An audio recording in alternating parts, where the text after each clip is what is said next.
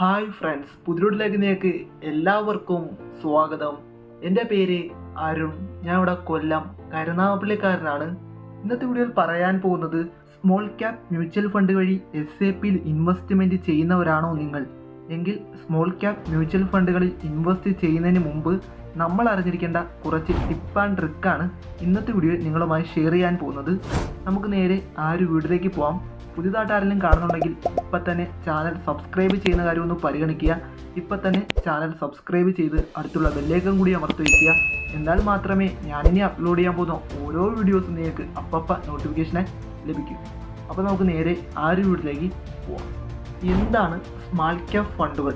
Market ക്യാപിറ്റലൈസേഷനിൽ list ചെയ്തിട്ടുള്ള NSE, BSE പോലെയുള്ള സ്റ്റോക്കുകളിൽ rank ചെയ്തിട്ടുള്ള 250 സ്റ്റോക്കുകൾക്ക് താഴെയായി കാണപ്പെടുന്ന കമ്പനികളാണ് സ്മാൾ ക്യാപ് കമ്പനികൾ.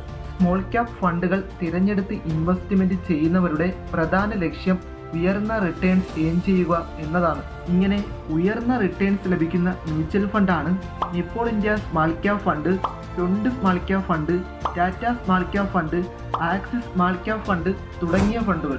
സ്മാൾ ക്യാപ് ഫണ്ടുകൾ പലപ്പോഴും ഉയർന്ന വളർച്ചാ സാധ്യതകൾ വാഗ്ദാനം ചെയ്യുമെങ്കിലും ഉയർന്ന അപകട സാധ്യത ഉള്ളവയുമാണ്.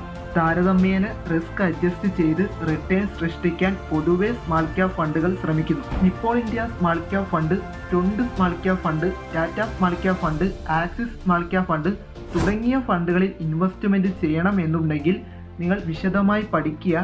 ഈ 4 സ്മാൾ ക്യാപ് ഫണ്ടുകളെക്കുറിച്ച് വിശദമായിട്ടുള്ള വീഡിയോസ് നമ്മുടെ ചാനലിൽ അപ്ലോഡ് ചെയ്തിട്ടുണ്ട്, അത് കാണുക. സ്മാൾ ക്യാപ് മ്യൂച്വൽ ഫണ്ടുകൾക്ക് സാധാരണയായി 500 കോടി രൂപയ്ക്ക് താഴെയാണ് മാർക്കറ്റ് ക്യാപിറ്റലൈസേഷൻ ഉള്ളത്. അതുകൊണ്ട് തന്നെ കുറഞ്ഞ അസറ്റ് അണ്ടർ മാനേജ്മെൻറ്റ് ഉള്ള സ്മാൾ ക്യാപ് ഫണ്ടുകൾ തിരഞ്ഞെടുക്കുക. എക്സാമ്പിൾ പറയുകയാണ് എങ്കിൽ ഒരു സ്മാൾ ക്യാപ് കമ്പനിയുടെ മൂല്യം 1000 കോടി രൂപയാണ് എങ്കിൽ അതിൻ്റെ AUM 200 കോടി രൂപയുള്ള ഒരു സ്മാൾ ക്യാപ് ഫണ്ടിന് അവരുടെ അസറ്റിന് 5% എന്ന് പറഞ്ഞാൽ 10 കോടി രൂപ അവർക്ക് എളുപ്പത്തിൽ ഇൻവെസ്റ്റ് ചെയ്യാൻ പറ്റും. അതല്ലാതെ AUM 5000 കോടിയുള്ള ഒരു സ്മാൾ ക്യാപ് ഫണ്ടിന് അവയുടെ അസറ്റിന് 5% എന്ന് പറഞ്ഞാൽ 250 കോടി രൂപ എളുപ്പത്തിൽ ഇൻവെസ്റ്റ് ചെയ്യാൻ പറ്റില്ല. മ്യൂച്വൽ ഫണ്ടുകളിൽ റെഗുലർ പ്ലാൻ വഴി ഇൻവെസ്റ്റ്മെൻറ്റ് ചെയ്യാതെ ഡയറക്റ്റ് പ്ലാനിലൂടെ ഇൻവെസ്റ്റ്മെൻറ്റ് ചെയ്യുന്നതായിരിക്കും നല്ലത്. നിങ്ങളുടെ പോർട്ട്ഫോളിയോയിൽ നിങ്ങൾക്ക് 2 സ്ട്രാറ്റജി ഫോളോ ചെയ്യാം. ഒന്ന് കോർ പോർട്ട്ഫോളിയോയും 2 സാറ്റലൈറ്റ് പോർട്ട്ഫോളിയോ. കോർ പോർട്ട്ഫോളിയോയിൽ സാധാരണയായി സ്റ്റോക്കുകൾ, ബോണ്ടുകൾ പോലെയുള്ള ആവശ്യമായ അസറ്റ് ക്ലാസുകളിലെ വൈവിധ്യവസ്കൃതവും ദീർഘകാല നിക്ഷേപങ്ങളും അടങ്ങിയിരിക്കുന്നു. ഇത് സ്ഥിരമായ വളർച്ച കൈകാര്യം ചെയ്യാനും കാലക്രമേണ റിസ്ക് അഡ്ജസ്റ്റ് ചെയ്യാനും ലക്ഷ്യമിടുന്നു. ഇതൊരു നിക്ഷേപ തന്ത്രത്തിൻ്റെ അടിത്തറയാണ്.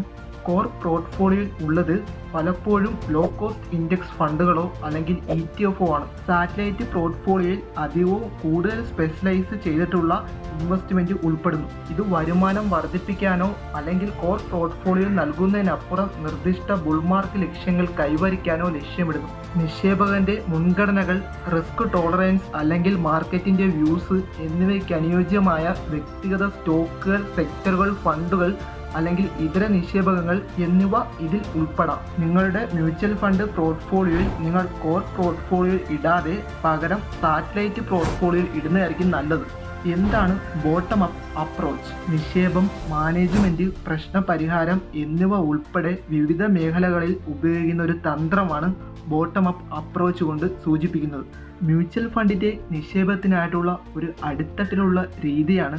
ഫണ്ട് മാനേജർമാർ പ്രധാനമായും ശ്രദ്ധ കേന്ദ്രീകരിക്കുന്നത് സാമ്പത്തിക പ്രകടനം, മാനേജ്മെൻറ്റ്, ഗുണനിലവാരം, വളർച്ചാ സാധ്യതകൾ എന്നിവ പോലെയുള്ള അടിസ്ഥാന സവിശേഷതകളെ അടിസ്ഥാനമാക്കി വ്യക്തിഗത സ്റ്റോക്കുകൾ തിരഞ്ഞെടുക്കുന്നതാണ്.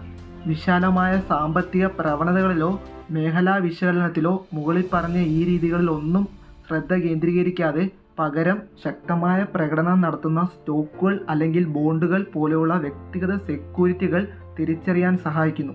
ഈ രീതിയാണ് ബോട്ടം അപ്പ് അപ്രോച്ച് കൊണ്ട് സൂചിപ്പിക്കുന്നത്. സ്മാൾ ക്യാപ് ഫണ്ടുകളിൽ നിങ്ങൾ ലംസമായിട്ട് ഇൻവെസ്റ്റ്മെൻറ്റ് ചെയ്യരുത്. സ്മാൾ ക്യാപ് ഫണ്ടുകളിൽ നിങ്ങൾ മുഴുവൻ തുകയും ഇൻവെസ്റ്റ്മെൻറ്റ് ചെയ്യുകയാണ് എങ്കിൽ ഉടൻ തന്നെ ക്രാഷ് വരാനുള്ള സാധ്യതയുണ്ട്. അതല്ലാതെ നിങ്ങൾക്ക് സ്മാൾ ക്യാപ് ഫണ്ടുകളിൽ ലംസമായിട്ട് ഇൻവെസ്റ്റ്മെൻറ്റ് ചെയ്യണം എന്നുണ്ടെങ്കിൽ നിങ്ങൾക്ക് 24 പാർട്ടായിട്ട് ഇൻവെസ്റ്റ്മെൻറ്റ് ചെയ്യാം. 24 പ്രാവശ്യമായിട്ട് നിങ്ങൾക്ക് ലംസം തുക ഇൻവെസ്റ്റ് ചെയ്യാം. അങ്ങനെ ഓരോ ആഴ്ചയിലും ഓരോ പാർട്ട് വീതം ഇൻവെസ്റ്റ്മെൻറ്റ് ചെയ്യാം. അങ്ങനെ നിങ്ങളുടെ മൊത്തം തുകയും ഇൻവെസ്റ്റ്മെൻറ്റ് ചെയ്യാം. എങ്കിൽ പോലും നിങ്ങൾ ശ്രദ്ധിക്കേണ്ടത് നിങ്ങൾക്ക് കുറച്ച് ലാഭവും കുറച്ച് നഷ്ടവും വരാം. ഒരുപാട് സ്മാൾ ക്യാപ് ഫണ്ടുകളിലേക്ക് ഇൻവെസ്റ്റ്മെൻറ്റ് ചെയ്യരുത്. നമ്മുടെ ബുദ്ധി കൂടിയ ചേട്ടന്മാർ കുറച്ച് സമയം കൊണ്ട് കൂടുതൽ റിട്ടേൺസ് ഉണ്ടാക്കാൻ വേണ്ടി 1, 2, 3 സ്മാൾ ക്യാപ് ഫണ്ടിലേക്ക് ഇൻവെസ്റ്റ്മെൻറ്റ് ചെയ്യും. ഇവിടെ നമ്മൾ ശ്രദ്ധിക്കേണ്ടത് നമ്മൾ ഇൻവെസ്റ്റ്മെൻറ്റ് ചെയ്യുന്ന സ്മാൾ ക്യാപ് ഫണ്ടുകൾ തമ്മിൽ 2 സ്റ്റൈലിലായിരിക്കണം ഇൻവെസ്റ്റ്മെൻറ്റ് ചെയ്യേണ്ടത്. അതുപോലെ തന്നെ 2 സെയിം കമ്പനികളിൽ ഇൻവെസ്റ്റ്മെൻറ്റ് വരാൻ പാടില്ല. ഒരുപോലത്തെ സെക്ടറുകളിലും ഇൻവെസ്റ്റ്മെൻറ്റ് വരാൻ പാടില്ല. അങ്ങനെയുള്ള സ്മാൾ ക്യാപ് ഫണ്ടുകൾ നിങ്ങൾ തിരഞ്ഞെടുത്ത് ഇൻവെസ്റ്റ് ചെയ്യുക. അപ്പോൾ സ്മാൾ ക്യാപ് ഫണ്ടുകളിൽ ഇൻവെസ്റ്റ്മെൻറ്റ് ചെയ്യുന്നവർ ഈ കാര്യങ്ങൾ ശ്രദ്ധിക്കുക. വീഡിയോ എല്ലാവർക്കും ഉപകാരപ്പെട്ടു കാണുമെന്ന് ഞാൻ വിചാരിക്കുന്നു. വീഡിയോ ഇഷ്ടപ്പെട്ടാൽ മറക്കാതെ ലൈക്ക് ചെയ്യുക. വീഡിയോ ഇഷ്ടപ്പെട്ടില്ലെങ്കിൽ ഡിസ്ലൈക്ക് ചെയ്യുക. അതേപോലെ തന്നെ ചാനൽ സബ്സ്ക്രൈബ് ചെയ്യുക. അടുത്തുള്ള ബെല്ലൈക്കൺ കൂടി അമർത്തുക. എന്നാൽ മാത്രമേ ഞാനിനി അപ്ലോഡ് ചെയ്യാൻ പോകുന്ന ഓരോ വീഡിയോസും നിങ്ങൾക്ക് അപ്പം നോട്ടിഫിക്കേഷനായി ലഭിക്കും. അപ്പോൾ അടുത്തൊരു വീഡിയോ കാണാം. അതുവരെ നിങ്ങൾക്ക് എല്ലാവർക്കും ഗുഡ് ബൈ.